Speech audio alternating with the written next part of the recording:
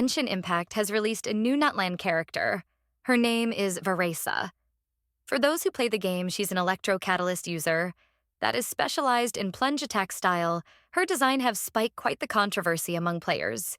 So I decide to paint her. 'Cause why not?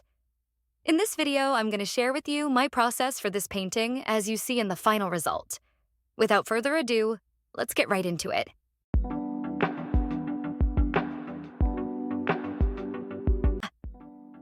To start, this is the sketch I ended up with. I cleaned up so that is easy for me to see what's going on. So now I'm going to start by selecting each part and filling it up with the corresponding color before doing this. I have tried starting up with grayscale, but the result were disastrous, my shading got all muddy, and I prefer to start with color right off the bat. I first start by selecting the part of the skin and color them with a skin-based color, and I proceed to do the same with each part of this painting.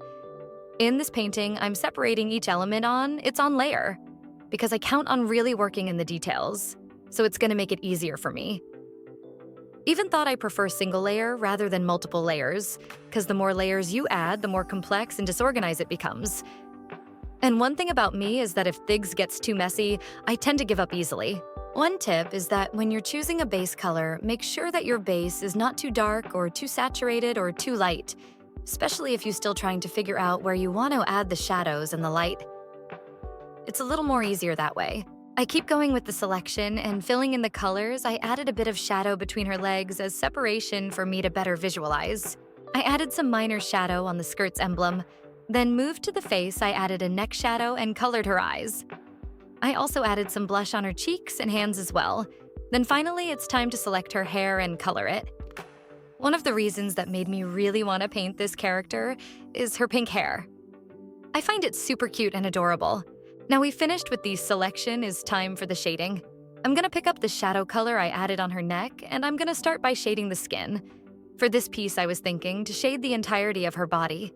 I want her to be all in shadow, but to have the light hit her from the left. After I applied the basic shadow, I picked up a more darker shadow color, and I'm applying this color in her belly button and as occlusion shadow between her stomach and her arms. I'm also emphasizing the cast shadow of the arm on the stomach. Then I'm back on her legs, darkening the shadow even more to create more depth. I'm also using the lasso tool and the airbrush combo to add that puffy look around the stocking, and also selecting the right leg and adding even darker shadow. Now I'm adding some ambient lighting, which is a light blue toned gray, to soften up the shadow color on the leg, and it gives more of a realistic effect. You can notice I'm adding that same ambient lighting on her stomach to soften up the shadow a bit. Below her arm on her hip, I'm leaving that area in light while I'm emphasizing the shadows even more. I added some yellow tones to the neck. Now I'm gonna start applying shadow to the face. First the forehead, then the occlusion shadow between her hair and face. I'm extending it on her face and adding shadow on her chin. Using the same color from the background, I'm softening the shadows on her face. Now I'm moving on to add shadow on her hands. I also decided to give her pastel pink nails. I think it looks pretty cutesy on her. After that, I'm picking up a good shadow color for the sleeve and shading it. With the same color, shading the yellow parts of her crop top. I know the yellow I pick at first looks pretty bad. I didn't notice it at first, but I ended up rectifying it. Adding shadow on her hair, I think her hairstyle looks pretty adorable. It's quite rare for me to paint a colored hair character like this. Most of the characters I paint have natural hair colors, so this is pretty cool to do something new. Even in the hair, I'm adding that blue-toned ambient light. Adding colors of the background on your characters is pretty crucial because it makes them part of the scene rather than separate from the background. Always include elements of the background on the character. I'm also using lasso tool to help me select the area where I want to add details in her hair. And I continue shading using the lasso to help me out with adding in the details. When I'm shading, I keep in the forefront of my mind that the light is coming from the left, so my shading can come according to that. Now it's the time to add the light. With the light, I was thinking of adding a pretty harsh, distinguished light shape on her face. As you can see, I'm using the lasso tool to define and the airbrush to paint. Since the light is coming from the left, I made it seem as if the hair is casting shadow on her eyes, and her cheekbones are hit with the light sources since they're the highest point of the face. I'm also painting the shadows cast by her nose, and adding shadow to the right side of her face. With a smaller brush and a darker color, I'm adding sort of a linear just to emphasize her eyeliner and the face. I don't forget to add that blue ambient light that is due to the background being blue logic. I add this color to the right shaded area of her face just to soften up that shadow color. I'm doing the same thing on her neck. With the lasso tool, I'm selecting the areas in her hair where I need to apply shadow or light in painting with the airbrush. Back to the face, I am taking the areas that should catch the light and I'm selecting them.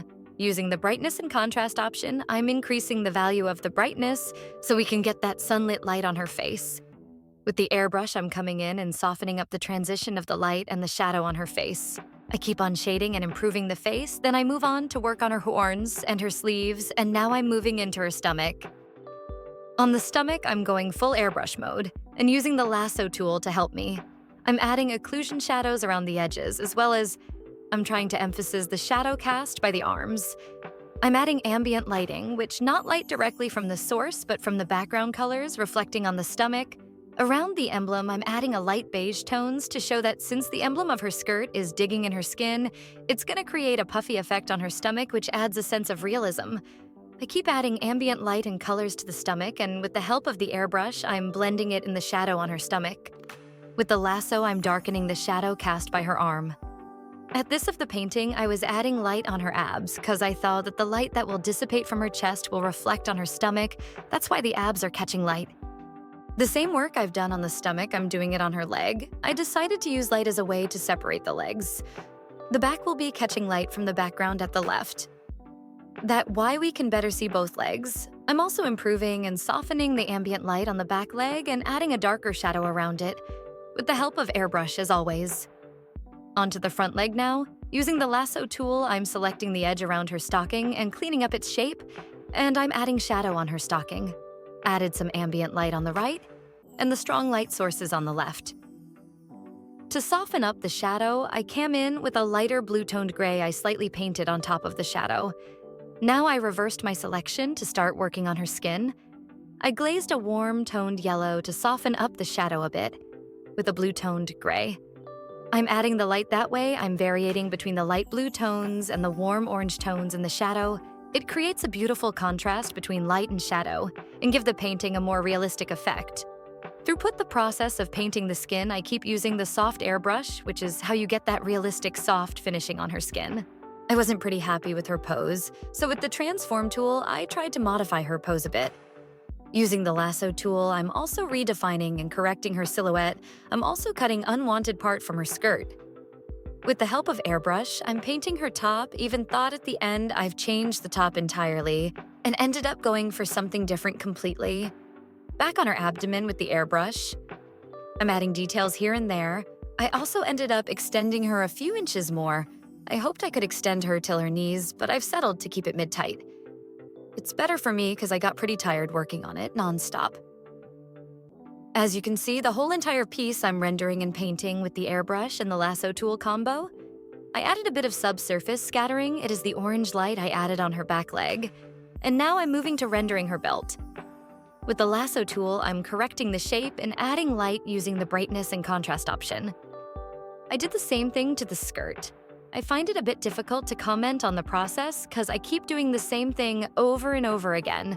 Select with the lasso tool, paint with airbrush. I get that most of you get the gist of it.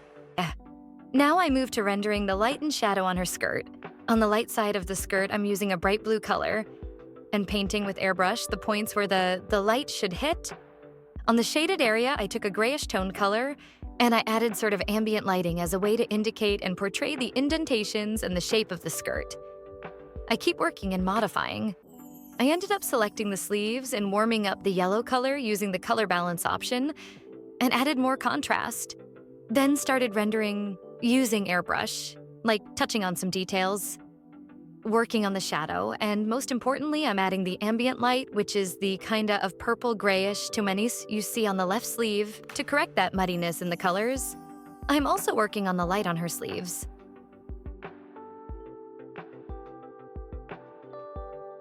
The nose looked wrong, so I selected it and rotate it so it matches the perspective of her other features. When painting the face, make sure that all your features are drawn within the same perspective, otherwise it ends up looking wrong as hell. My goal working on the face is softening up the colors and rendering until I'm truly satisfied with the result.